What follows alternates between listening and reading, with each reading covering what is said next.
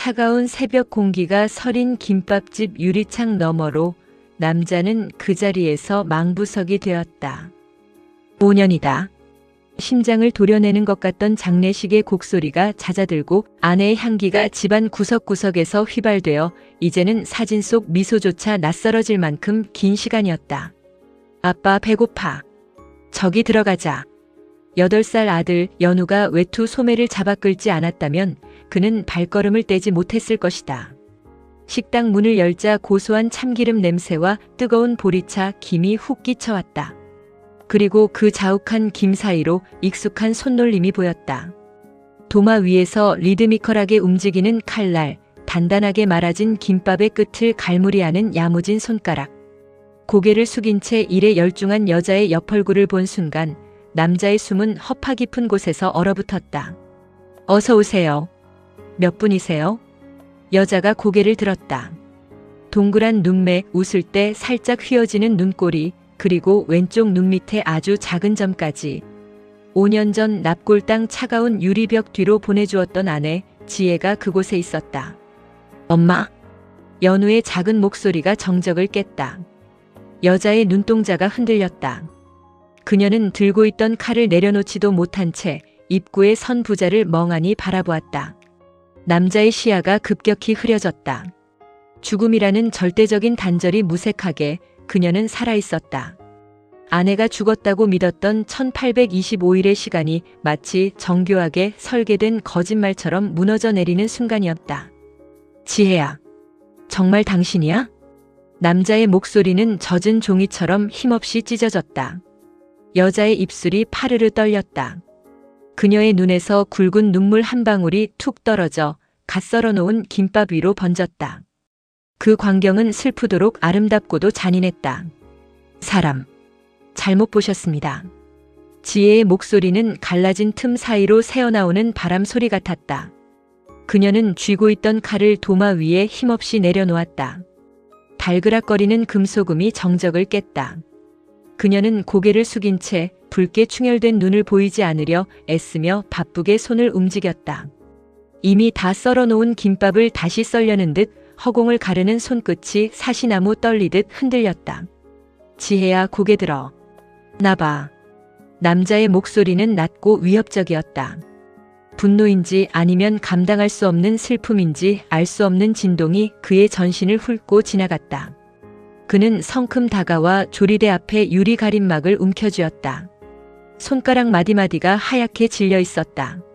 죽었다며. 내 손으로 당신 유골함을 안고 그 산소에. 내 손으로 묻었단 말이야. 남자의 포효에 가까운 물음에 식당 안의 공기가 비명을 질렀다. 연우는 아빠의 서슬퍼런 기세에 놀라 그의 코트 자락을 꼭 쥐었다.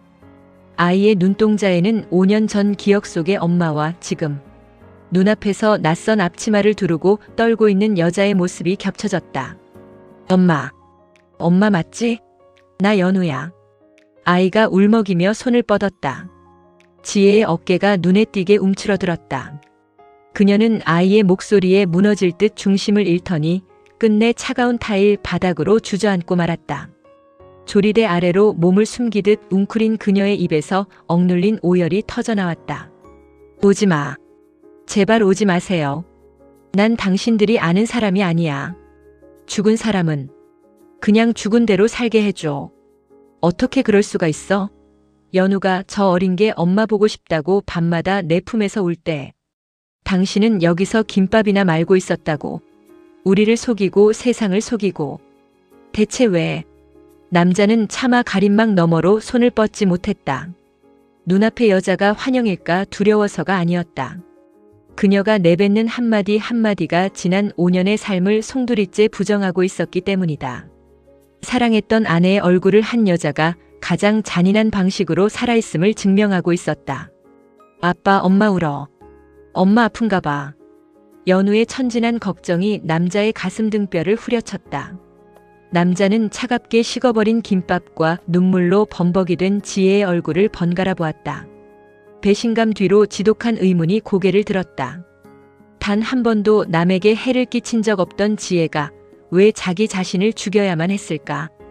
그때 식당 뒷문이 열리며 검은 양복을 입은 사내가 안을 살피듯 고개를 들이밀었다. 지혜의 눈에 공포가 서렸다. 그녀는 급히 눈물을 닦으며 남편의 눈을 똑바로 응시했다. 그 눈빛은 간절한 애원이자 처절한 경고였다. 제발, 지금은 그냥 가줘요. 부탁이야. 당신이랑 연우까지 죽게 할 순 없어. 지혜의 눈동자에 서린 공포는 남편을 향한 원망보다 훨씬 깊고 어두웠다. 뒷문에서 비치는 검은 그림자가 식당 내부를 잠식해 들어오자 그녀는 비정상적일 만큼 차갑게 돌변했다. 방금 전까지 바닥을 적시던 눈물은 오간데 없이 그녀의 표정은 마른 장작처럼 딱딱하게 굳어버렸다. 안 들려요? 사람 잘못 보셨다고요. 그녀는 바닥에서 일어나 앞치마를 세차게 털었다. 그리고는 도마 위에 놓인 칼을 다시 집어들었다. 그 서늘한 금속의 질감이 남편과 아들 사이를 가르는 단호한 벽처럼 느껴졌다. 영업 끝났습니다. 나가주세요. 아이까지 데리고 와서 남의 장사 망칠 셈이에요? 지혜야, 당신 지금 무슨 소리를 하는 거야? 방금 연우라고 불렀잖아. 우리 연우 맞잖아. 남자가 조리대 너머로 손을 뻗어 그녀의 팔목을 잡으려 했다. 하지만 지혜는 뱀에 물린 듯 소스라치며 뒤로 물러났다. 그녀의 시선은 집요하게 뒷문의 사내를 쫓고 있었다. 사내가 천천히 안으로 발을 들이자 지혜는 비명에 가까운 소리를 내질렀다. 이봐요. 경찰이라도 불러요? 왜 남의 가게에서 행패야? 아저씨, 이 사람들 좀 내쫓아줘요. 모르는 사람들이 자꾸 아는 척하면서 영업 방해하잖아. 그녀의 시선이 닿은 곳은 뒷문의 사내였다. 아저씨라고 불린 사내는 무표정한 얼굴로 남편과 연우를 훑었다. 그의 눈빛에는 인간적인 감정이 거세되어 있었다. 사내가 성큼성큼 다가오자 지혜는 연우의 눈을 똑바로 쳐다보며 독설을 내뱉었다. 애가 불쌍해서 참으려고 했는데 그만 좀 해. 난 당신 마누라 같은 거 몰라. 죽었다며? 죽은 사람 찾으려면 무덤이나 가서 파보든가. 왜 산 사람 붙잡고 난리야. 엄마 무서워. 연우가 울음을 터뜨리며 남편의 다리에 매달렸다. 남자는 심장이 갈갈이 찢기는 기분이었다. 지혜는 단 한 번도 아이에게 큰 소리를 낸 적이 없었다. 그런 그녀가 5년 만에 만난 아들을 향해 죽은 사람 무덤이나 파보라는 잔인한 말을 던지고 있었다. 가자, 연우야. 남자는 떨리는 손으로 아이를 안아 올렸다. 지혜의 눈 속에 스친 찰나의 무너짐을 보았지만 지금 여기서 버티는 것이 도리어 그녀를 위험하게 만들고 있다는 사실을 본능적으로 깨달았다. 그는 뒷문의 사내를 매섭게 노려본 뒤 차갑게 식은 김밥집을 나섰다. 문이 닫히기 직전 유리창 너머로 보인 지혜의 모습은 다시 도마 앞에 서서 기계적으로 김밥을 써는 모습이었다. 하지만 그녀의 손등 위로 툭툭 떨어지는 굵은 눈물방울만큼은 숨기지 못하고 있었다. 식당 문에 달린 종소리가 날카롭게 울리며 남편과 연우를 뱉어냈다. 차가운 겨울바람이 뺨을 때렸지만 남자의 심장 부근에서 타오르는 불길은 식을 줄 몰랐다. 품에 안긴 연우의 작은 어깨가 파르르 떨리며 젖어들었다. 아빠, 엄마가 나 싫대? 내가 말 안 들어서 그래? 아이의 순수한 질문은 남자의 가슴에 대못을 박았다. 남자는 아이를 차 뒷좌석에 앉히고 벨트를 채워주며 억지로 떨리는 목소리를 가다듬었다. 아니야, 연우야. 엄마가 숨바꼭질 중이라 그래. 아주 어려운 숨바꼭질이라 아는 척하면 술래한테 들키거든. 그래서 연우 지켜주려고 그런 거야.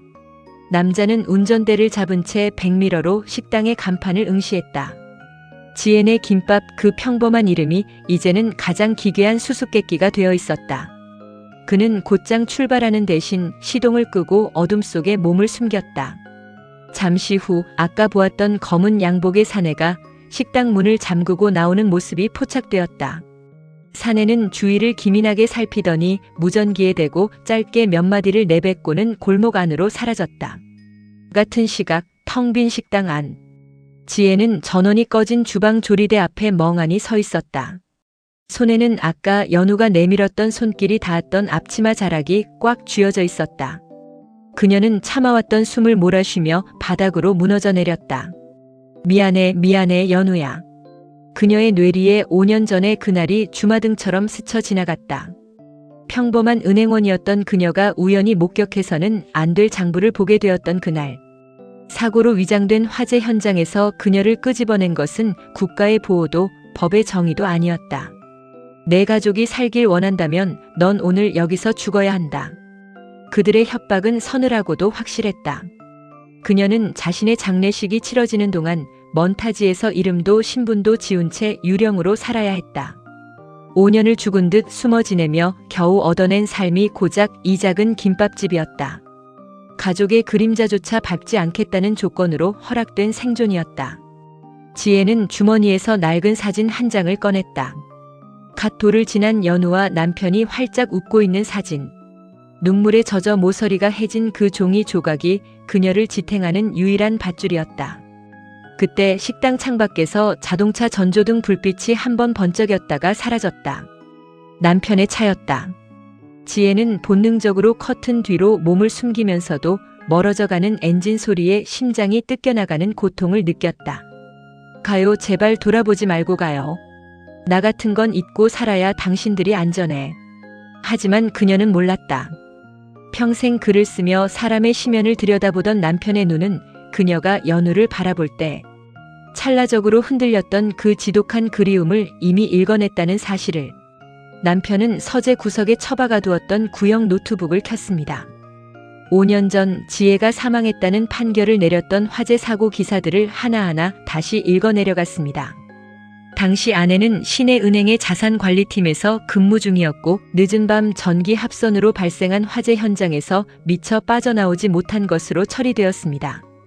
시신은 형체를 알아볼 수 없을 정도로 훼손되어 치과 기록과 DNA 대조를 통해 지혜임을 확인했다는 보고서가 뒤따랐습니다. 말이 안 돼. 그는 서랍 깊숙이 보관해 두었던 사고 당일의 수사 기록 사본을 꺼냈습니다.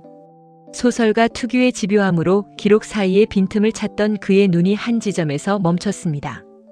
시신 발견 지점 지하 주차장 입구 비상구 평소 지혜가 다니던 경로와 반대 방향. 거만의 소견 화재 전 이미 기절했을 가능성 제기. 그러나 최종 보고서에서는 묵살됨. 결정적 모순 사고 직전 지혜의 휴대전화에서 발신된 1분간의 통화 내역. 수신인은 당시 은행의 상무였던 인물이었으나 경찰은 이를 단순 업무 보고로 치부했습니다. 남편은 즉시 당시 사건을 담당했던 형사를 수소문했습니다. 이미 은퇴해 변두리에서 낚시터를 운영 중인 노 형사는 남편의 방문에 낯빛이 어두워졌습니다. 그 사건 내가 말했지 않소. 이미 끝난 일이라고. 형사님, 제 아내를 봤습니다. 오늘 아침에 살아있는 걸 봤다고요. 남편의 절규에 노 형사의 낚싯대가 힘없이 수면으로 처박혔습니다. 그는 한참을 망설이다 낡은 수첩 하나를 건넸습니다. 그날 화재 현장에서 지혜 씨의 지갑이 발견됐는데 그 안에 있던 건 신용카드가 아니었네. 마이크로 SD 카드 한 장이었지. 그걸 내가 상부에 보고하기도 전에 누군가 내 캐비닛을 뒤져 가져갔어. 그리고 다음날 난 바로 수사팀에서 제외됐지. 노 형사는 목소리를 낮추며 주변을 살폈습니다. 자네 아내가 김밥을 팔고 있다고. 그건 아마 그들이 허락한 유일한 숨구멍일 걸세. 살아는 있되 죽은 듯이 지내라는 뜻이지. 하지만 자네가 거기 나타난 이상 그 숨구멍도 곧 막힐 거야. 남편의 손바닥에 식은땀이 고였습니다. 아내가 왜 그토록 차갑게 자신들을 밀어냈는지, 왜 연우의 눈길조차 피했는지 이제야 퍼즐이 맞춰졌습니다. 아내는 가족을 지키기 위해 5년 동안 스스로를 감옥에 가둔 채 참기름 냄새 가득한 김밥집에서 서서히 말라가고 있었던 것입니다. 그때 남편의 휴대전화가 진동했습니다. 모르는 번호였습니다. 지금 바로 떠나세요. 연우를 데리고 제일 먼 곳으로 가요. 제발. 지혜였습니다. 번호를 바꾸고 연락처를 숨겼을 텐데도 어떻게 알았는지 온 절박한 문자. 하지만 남편은 차를 돌려 다시 김밥집으로 향했습니다. 이번엔 혼자가 아니었습니다. 노 형사가 건넨 수첩 속에 적힌 당시 지혜가 마지막으로 접촉하려 했던 인물의 이름과 주소가 그의 손에 쥐어져 있었습니다. 남편이 찾아간 곳은 경기도 외곽의 폐차장이었습니다. 기름때와 녹슨 철냄새가 진동하는 그곳에서 한 남자가 휠체어에 앉아 모니터 세대를 응시하고 있었습니다. 5년 전 사고로 다리를 잃었다는 최강혁이었습니다. 김지혜 씨 남편이라고. 최강혁은 남편의 얼굴을 확인하자마자 비릿한 웃음을 지었습니다. 그의 눈에는 경계심보다 더 깊은 체념이 서려 있었습니다. 지혜 씨가 살아있다는 소식, 나한테는 재앙이군요. 그 말은 곧 그들이 우리를 다시 찾기 시작했다는 뜻이니까. 그는 떨리는 손으로 담배를 물었습니다. 최강혁의 설명에 따르면 5년 전 지혜가 발견한 것은 단순한 횡령장부가 아니었습니다. 정재계 고위층의 비자금이 세탁되어 해외로 빠져나가는 통로 일명 골든 애플 프로젝트의 리스트였습니다. 지혜는 그 리스트의 100억 본을 SD카드에 담아 탈출하려 했고 그 대가로 화재 사고라는 참극을 맞이한 것이었습니다. 그럼 지혜는 왜 죽이지 않고 살려둔 겁니까? 남편의 물음에 최강혁이 모니터 하나를 돌려 보여주었습니다. 복잡한 암호 체계가 화면을 가득 채우고 있었습니다. 지혜 씨가 마지막 순간에 리스트를 3중 암호로 잠가버렸거든요. 그 암호를 풀 수 있는 건 지혜 씨의 지문과 홍채, 그리고 당신만이 아는 어떤 키워드뿐입니다. 그들은 리스트를 완벽하게 파기하기 위해 지혜 씨를 살려두고 감시하며 협박해온 겁니다. 당신과 아이를 인질 삼아서 말이죠. 남편의 머릿속에 번개가 친 듯 한 장면이 스쳤습니다. 연애 시절 지혜와 함께 심었던 작은 박하나무 밑에 타임캡슐처럼 묻어두었던 낡은 수첩. 그 첫 페이지에 적어 넣었던 우리만의 암호.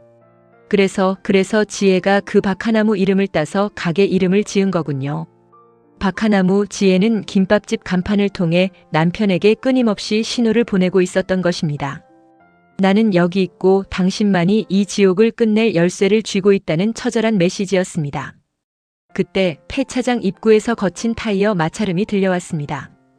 검은 세단 3대가 먼지를 일으키며 진입하고 있었습니다.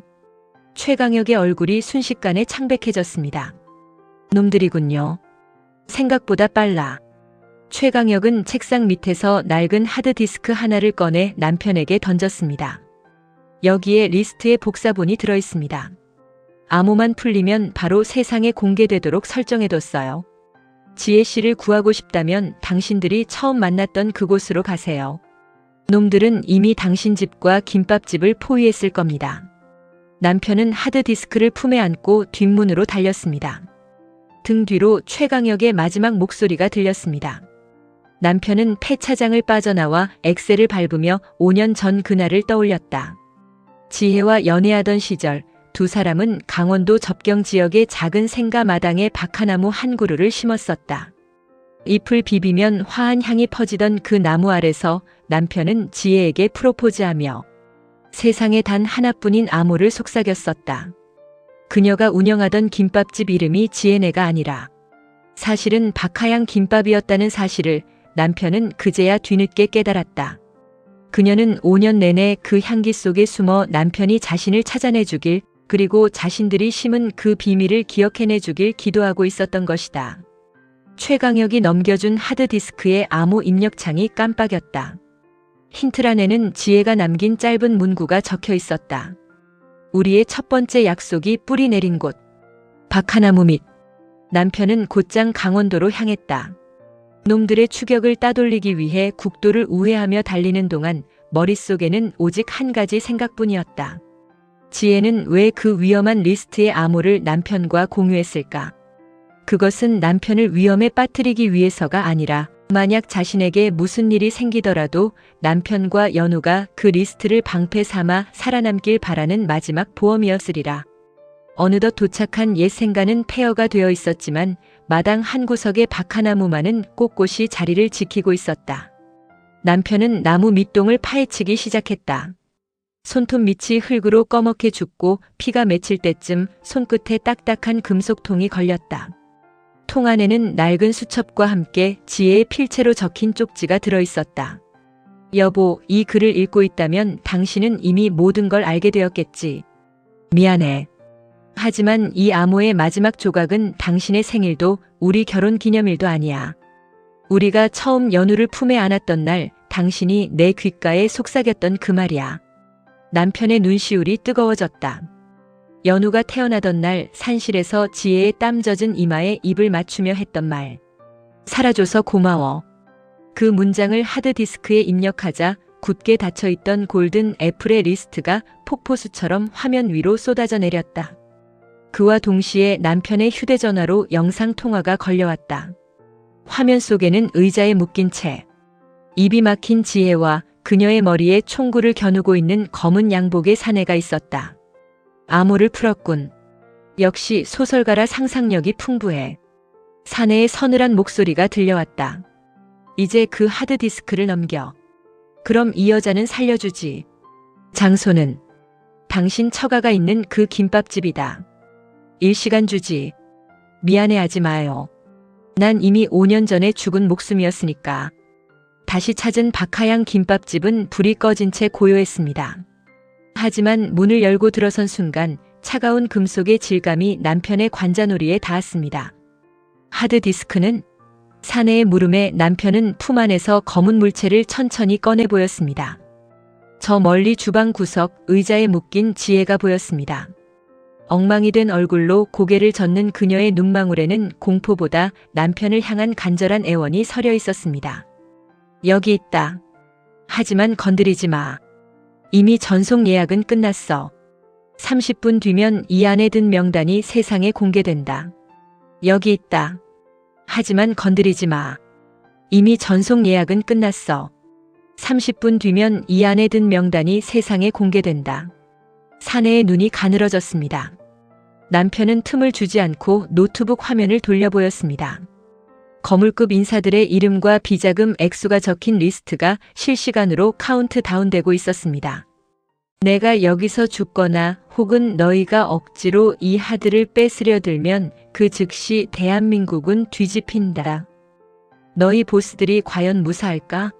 리스트가 퍼지는 순간 가장 먼저 제거될 건 현장에 있던 너희들일 텐데. 사내의 총구가 미세하게 흔들렸습니다. 남편은 소설 속 주인공이 된 듯, 아니 자신의 삶을 직접 써내려가는 작가의 심정으로 한 걸음 더 다가갔습니다. 거래를 하지. 지혜를 풀어줘. 그럼 내가 이 전송을 중단하고 하드를 넘기겠다. 너희는 리스트를 회수해서 공을 세우고 우리는 이 나라를 떠나 다시는 나타나지 않겠어. 서로에게 가장 이익이 되는 결말 아닌가? 팽팽한 대치 속에 빗줄기가 창문을 때리는 소리만 가득했습니다. 사내는 무전기로 누군가와 짧게 교신하더니 이내 거칠게 지혜의 결박을 칼로 끊어냈습니다. 대신 5분 뒤에 전송 중단 확인 안 되면 너희 부자는 땅 밑에서 제외하게 될 거다. 지혜가 비틀거리며 남편의 품으로 무너져 내렸습니다. 5년 만에 닿은 아내의 온기는 눈물겹도록 뜨거웠습니다. 남편은 그녀를 부축해 식당 밖으로 나섰습니다. 빗속에 세워둔 차 뒷좌석에는 잠든 연우가 있었습니다. 차에 올라탄 남편은 노트북을 켰습니다. 하지만 그는 전송 중단 버튼을 누르는 대신 조용히 엔터키를 눌렀습니다. 여보, 뭐 하는 거야? 전송을 멈춰야 지혜가 경악하며 남편의 손을 잡았습니다. 남편은 아내의 차가운 손을 꽉 쥐며 미소 지었습니다. 아니, 지혜야. 저 사람들은 약속을 지키지 않아. 우리가 살 방법은 이 리스트를 세상에 터뜨려 그들의 기반을 완전히 무너뜨리는 것뿐이야. 화면에는 전송 완료라는 문구가 떴습니다. 그와 동시에 멀리서 사이렌 소리가 들려왔습니다. 노 형사가 미리 연락해둔 신뢰할 수 있는 소수의 수사팀이 움직이기 시작한 것이었습니다. 남편은 시동을 걸었습니다. 백미러 속으로 당황해 식당 밖으로 튀어나오는 검은 양복의 사내들이 보였지만 이미 늦었습니다. 세상의 빛이 그들의 어둠을 들춰내기 시작했으니까요. 이제 진짜 우리 집으로 가자. 연우가 기다려. 비 내리는 밤길을 달리는 차 안 희미한 박하 향기가 감돌았습니다. 5년 전 멈췄던 그들의 소설이 이제야 비로소 다음 장으로 넘어가고 있었습니다. 전송 완료 메시지가 화면에 뜨는 순간 식당 안은 폭발하기 직전의 화약꽃처럼 변했다.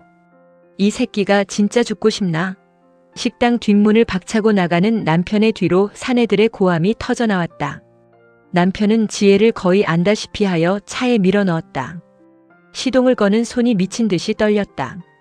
백미러 속으로 사내들이 차 문을 열고 권총을 꺼내드는 장면이 보였다. 숙여. 바닥에 엎드려. 남편의 외침과 동시에 탁 하는 굉음이 밤 공기를 찢었다. 뒷유리창에 거미줄 같은 금이 갔다. 남편은 엑셀을 바닥 끝까지 밟았다. 타이어가 비명을 지르며 빗길을 미끄러지듯 빠져나갔다. 하지만 추격은 끈질겼다. 검은 세단 2대가 양옆에서 압박해오기 시작했다. 가드레일 너머는 깎아지른 듯한 낭떠러지였다. 놈들은 차를 들이받아 전복시킬 속셈이었다. 여보, 저기 봐요. 지혜가 가리킨 곳은 공사 중으로 차단된 구도로였다. 남편은 핸들을 급격히 꺾었다. 차체가 비틀거리며 차단봉을 부수고 진입했다. 좁은 비포장도로에 들어서자 추격 차량 한 대가 중심을 잃고 비탈길 아래로 굴러떨어졌다. 하지만 나머지 한 대는 집요하게 거리를 좁혀왔다. 그때 남편의 휴대전화가 다시 울렸다. 이번엔 최강혁이었다. 지금 국도로 나가면 안 됩니다. 놈들이 톨게이트를 막았어요. 3Km 앞 폐공장 부지로 꺾으세요. 거기 노 형사가 대기 중입니다. 남편은 마지막 힘을 짜내어 핸들을 돌렸다. 폐공장 입구에 다다랐을 때 놈들의 차가 남편의 차 뒷부분을 강하게 들이받았다. 충격으로 차는 전복되기 직전 수풀 속에 처박혔다. 문이 열리지 않았다. 사내가 총을 든 채 차로 다가오는 발소리가 빗소리를 뚫고 들려왔다. 남편은 깨진 유리 파편을 손에 쥔 채 지혜의 앞을 막아섰다. 미안해, 지혜야. 내가 너무 늦게 왔지. 사내가 총구로 창문을 깨려는 찰나 공장 단지 전체에 서치라이트 불빛이 쏟아졌다. 경찰이다. 무기 버리고 투항해. 노 형사의 목소리였다. 수십 대의 경찰차와 사이렌 소리가 어둠을 집어삼켰다. 사내는 당황해 총을 버리고 달아나려 했지만 이미 포위망은 좁혀진 상태였다. 남편은 찌그러진 차 문을 발로 차서 열었다. 그리고 지혜를 끌어안았다. 지혜는 남편의 품에 얼굴을 묻고 참아왔던 통곡을 터뜨렸다. 5년 전 화재 현장에서 홀로 겪어야 했던 공포, 그리고 지난 몇 시간 동안 겪은 죽음의 문턱이 비로소 그녀를 놓아주었다. 이제 끝났어. 진짜 끝났어. 비바람 속에서 노 형사가 다가와 남편의 어깨를 툭 쳤다. 그의 손에는 남편이 전송한 리스트가 실시간으로 보도되고 있는 뉴스 화면이 떠 있었다. 햇살이 잘 드는 창가 자리에 앉아 남편은 새로 발간된 자신의 소설책 첫 장을 넘겼습니다. 제목은 박하향기가 머문 자리. 5년 전 아내를 떠나보냈던 그날부터 김밥집에서 기적처럼 다시 만난 순간까지의 기록을 담은 실화 소설이었습니다. 아빠, 이것 봐. 나무에서 진짜 좋은 냄새나. 마당에서 뛰어놀던 연우가 잎사귀 하나를 비벼 코끝에 대며 달려왔습니다. 이제 9살이 된 아이의 얼굴에는 더 이상 엄마를 그리워하며 남몰래 울던 그늘이 없었습니다. 그치? 그게 엄마랑 아빠가 연우를 위해 심은 향기야. 남편이 연우의 머리를 쓰다듬을 때 주방에서 앞치마를 두른 지혜가 갓 구운 쿠키 쟁반을 들고 나왔습니다. 예전에 그 위태롭던 김밥집 아줌마의 모습이 아닌 옅은 화장을 하고 환하게 웃는 본래의 지혜로 돌아와 있었습니다. 여보, 이번 책 반응이 벌써 뜨겁대요. 그 리스트 사건 때문에 세상이 한바탕 뒤집히긴 했나 봐요. 지혜의 말대로 1년 전 그날의 폭로는 대한민국을 뒤흔들었습니다. 골든 애플 리스트에 연루된 고위직들은 줄줄이 법의 심판을 받았고 그들을 비호하던 조직도 와해되었습니다. 물론 그 과정에서 남편과 지혜도 수많은 조사를 받아야 했지만 이제 그들은 더 이상 숨어 지낼 필요가 없는 당당한 시민으로 돌아왔습니다. 지혜는 남편의 어깨에 가만히 고개를 기대었습니다.